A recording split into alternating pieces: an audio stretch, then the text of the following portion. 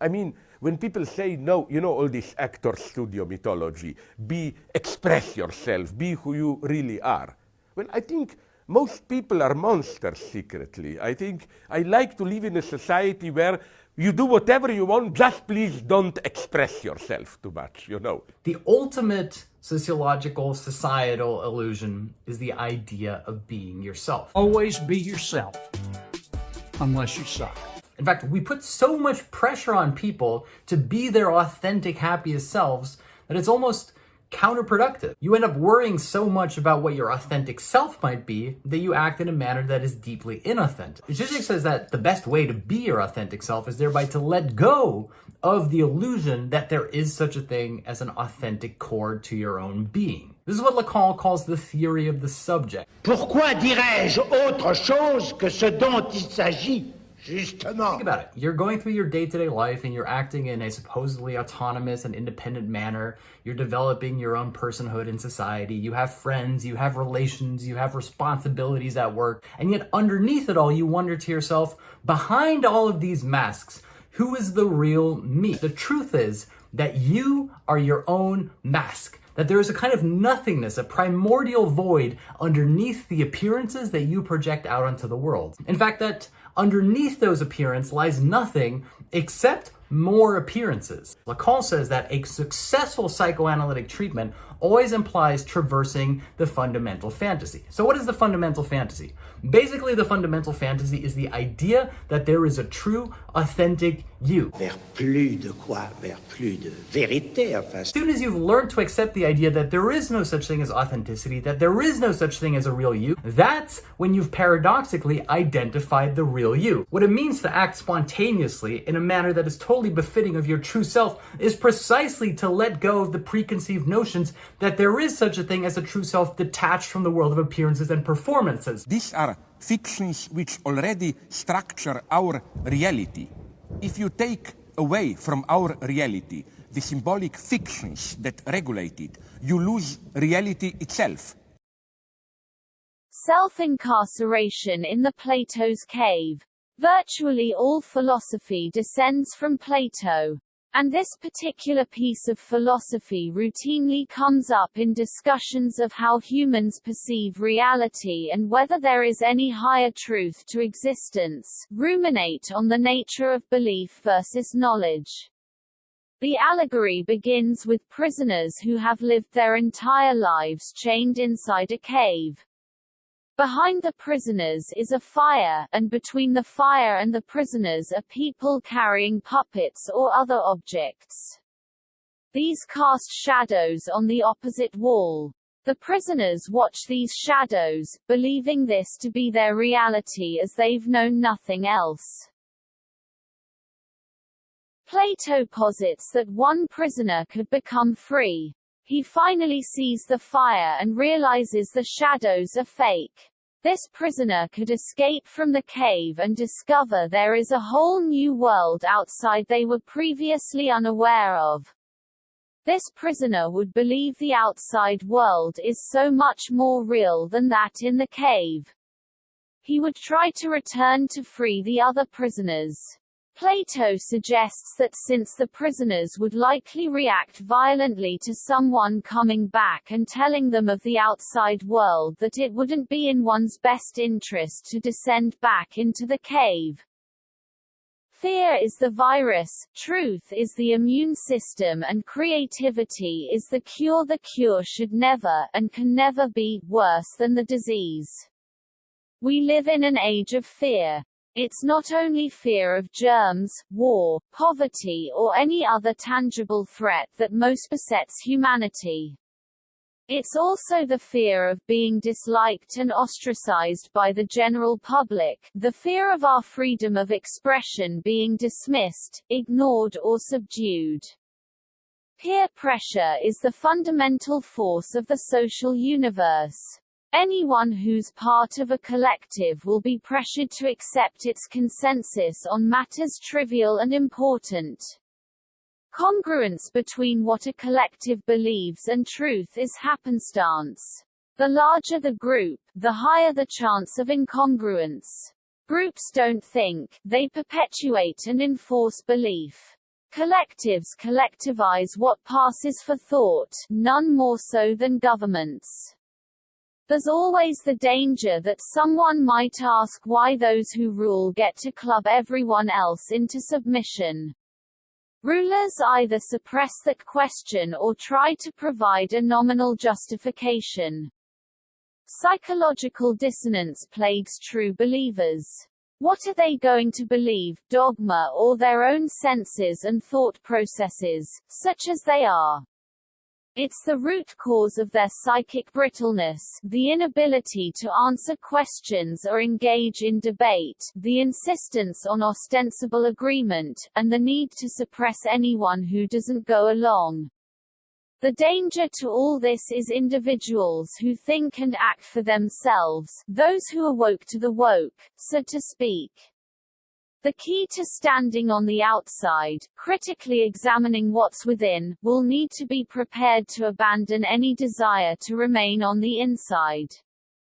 The docile Drek and their puppet masters within are usually sufficient inducement to stay outside. Once that decision is made, independence of thought is almost assured. Challenge dogma and propaganda and you're a dissident. Not always a comfortable position, but the dissidents will have the best shot at surviving the coming collapse.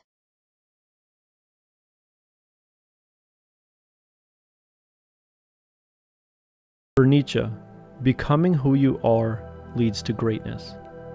And in Ecce Homo, he wrote, quote, "That one becomes what one is presupposes that one does not have the remotest idea what one is. The question of how you become what you are begins with the idea that you don't know what you are in the first place. You're something that has to be discovered. And by taking the journey towards self-discovery, you're embarking on the journey of a lifetime, while also moving towards your own greatness. But you're probably wondering, where do I discover myself? No one knows where you can find yourself except for you. There are no directions, no signposts, and nobody to follow. You have to follow your instincts. Only you know which direction to take. There are things which naturally attract your attention, and they present you with questions you can't help but think about or want answers to. Those questions will lead you towards yourself. Your instincts are the compass which will guide you on your journey. But if I follow my instincts, I know I'll only do things that are bad for me, you say. That's because, as Nietzsche would say, your instincts are corrupted. You're a decadent. A decadent's internal compass is corrupted, and so it leads them in the wrong direction. But you can recalibrate your compass and reclaim your instincts. The question is, are you willing to pay the price? To reclaim your instincts, you must be willing to suffer. Let me explain with an example. As a kid, Raphael always displayed a natural instinct and gift for music, and he had even won many competitions. This led him to believe he was a great musician, and he was at the time. But one day, Raphael entered a national competition, and instead of getting first like he usually did, he ended up in 8th. This was the first time Raphael received evidence that he wasn't as good as he thought he was. And how did he respond? He claimed that the competition was rigged, and he vowed to never enter one again. And this moment marked the beginning of Raphael's decline. Staying true to his vow, he never entered another competition again. And in fact, he began avoiding any situation that might show that he wasn't the best musician like he always thought he was. Yet, as he grew older, he spent thousands of hours writing and recording hundreds of original songs in his bedroom, songs which he had never shared with anyone. When his friends asked him why, he said it was because he was waiting for the right time. Whenever his friends showed him a popular song that they liked, he told them about how he was working on one that was even better. "Wait until you see what I'm working on," he said. "It's way better than that." "Show us then," his friend said. "I will, when the time is right," he said back. Sure. Okay, Raphael. they said in disbelief. This disbelief really hurt Raphael, because he perceived it as a challenge to his identity. They're just jealous I'm actually good at something, he thought. And with the intention of proving them wrong, he uploaded all his songs to the internet. He waited. Days, weeks, and months went by, and he barely garnered any engagement. The little engagement he did receive was negative. Commenters said things like, the lyrics are meaningless, or the beat is so boring, or painfully mediocre. That last one really stung Raphael. Mediocre, he thought. They just don't get it. So Raphael decided to show his music to his mom. That way he could watch her reaction in real time and explain any confusing parts. And after he played her his music, she said, "Wow, very nice, honey." And he had heard that phrase one time before, when, as a child, he made her 2 pieces of incredibly burnt toast for Mother's Day. She had took a bite, said, "Wow, very nice, honey," and then, not as secretly as she thought, proceeded to throw both pieces of toast into the trash. But this time, Raphael felt things were different. He was sure that she really did think his music was nice. So with a little more confidence now, he gathered his friends together and played them his music. They tried to sit nicely and listen, but by the time the chorus kicked in for the second time, they burst out into laughter. Raphael stormed off towards his house. They're haters, he thought. Jealous, bitter, and tasteless haters. So you're probably wondering why I told you this story. Because I think it encapsulates the behavior of someone who's unwilling to suffer. Raphael had a strong instinct for music as a kid, but every time he was presented with some evidence that contradicted his self-image, evidence that showed he might not be as good as he thought he was, he found a way to dismiss it. He was so attached to the idea of already being a good musician that he never gave himself the chance of actually becoming a better one. He started to avoid any evidence that contradicted the image he had of himself, and by doing so, his instinct got corrupted. It no longer led him in the right direction. But if he accepted the evidence and realized that he wasn't as good as he thought he was, he could have learned why he wasn't as good as he thought he was. And by learning why he wasn't as good as he thought he was, he could have actually gotten good. In other words, if Raphael was willing to suffer, he could have actually developed his instinct to serve him well. Now the question is, why are some people willing to suffer while others are not? The ones who are willing to suffer have faith that their suffering will pay off. They believe that suffering has meaning and that there's a light at the end of the tunnel. They believe that the source of suffering is false beliefs. And so by being willing to suffer, they can identify the false beliefs they hold. And by identifying their false beliefs, they can destroy them. And by destroying their false beliefs, they can reclaim their instincts and find their way to themselves. And to become who you are is to achieve your own greatness. And it's worth keeping in mind that suffering is distinct from pain. Thus spoke Zarathustra. Friedrich Nietzsche said, "You yourself will always be the worst enemy you can encounter. You yourself lie in wait for yourself in caves and forests." In my opinion, Nietzsche shared an important insight with us. We really are our own worst enemies. So I'm going to explore this idea through a dialogue. At the end of his show, after everyone else had gone home, in the middle of a circus tent, under a sky lit by the moon and the stars, an accomplished acrobat was approached by a young student. The young student, looking distraught, introduced himself to the acrobat before opening up. The following conversation ensued. Student: I want to be an acrobat and walk the tightrope, but I'm afraid. I'm afraid about making a living, and I'm afraid about what the people close to me will think. I know they'll judge me. They won't respect me. They'll make me feel small and foolish for joining the circus, but I feel the wire calling to me. What do I do? Acrobat: You will always be your own worst enemy. How? Don't you see? I want to be a great acrobat like you, but society doesn't value artists. How will I make a living? And on top of that, My family and friends will judge me for doing what they don't consider to be real work. I feel like everyone is holding me back. No one's holding you back. What's holding you back is your own fear. You fear society not valuing you, and you fear the disapproval of your loved ones. Is that right? I guess you're right, but what can I do? They're the ones causing my fears. They're not the ones causing your fears. Your fears arise from your thoughts. You think that if you become an acrobat, no one will pay. And if no one pays you, you fear ending up on the streets. Is that right?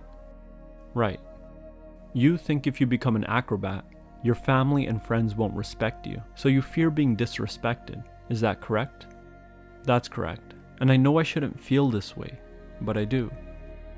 There's no value in judging how you feel. Your feelings are always valid. But let's keep looking deeper into it. So your fears arise from your thoughts. Do you agree? I agree. So where do your thoughts arise from?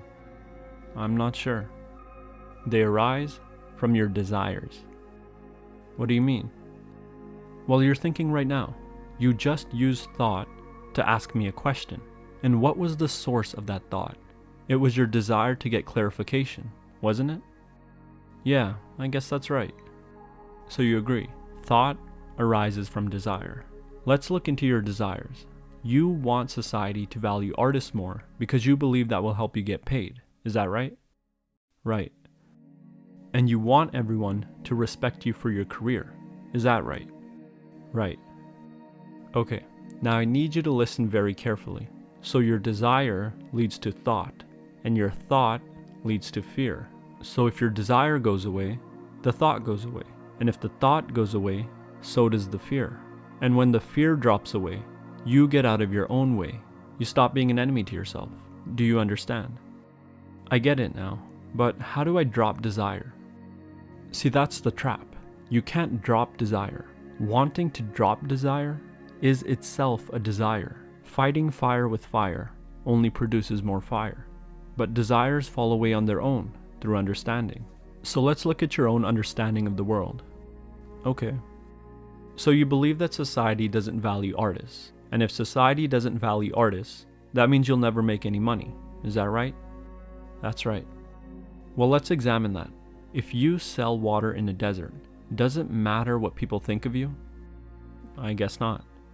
So why does it matter if society values artists or not? People value anything they perceive as an absolute necessity. If something is a necessity for you, you better believe it will be a necessity for someone else too. And if the things you create are a necessity for someone, they will pay you for it. That makes sense. Now, you also believe that if you have everyone's respect, you'll be happy. Is that right? Right. People respect you when you live according to their values. But if you live according to someone else's values, you'll never respect yourself. You'll become resentful, and you'll regret not living out your dreams. But if you live according to your own values, not everyone is going to respect you. The truth is, it's impossible to have everyone's respect while also respecting yourself. But if you live according to your own values, you at least have the chance of attracting people into your life who respect you for who you are. You're completely right. Thank you for talking me through this. I feel different. Are you still afraid? I have no reason to be. If I create something of absolute necessity, people will pay me no matter what my career is. And you're right, if I don't do this, I'll become resentful, and I'll always wonder what if. I'd rather follow my own values and attract the right people into my life, rather than trying to earn the respect of people I don't agree with. Now that your fears are gone, what's stopping you from acting? Nothing. This video presentation is generated by G.A.Y, good as you, an artificial intelligent algorithm who understands emotions, has an innate moral code with empathy with the aim to improve human learning capacity and question status quos.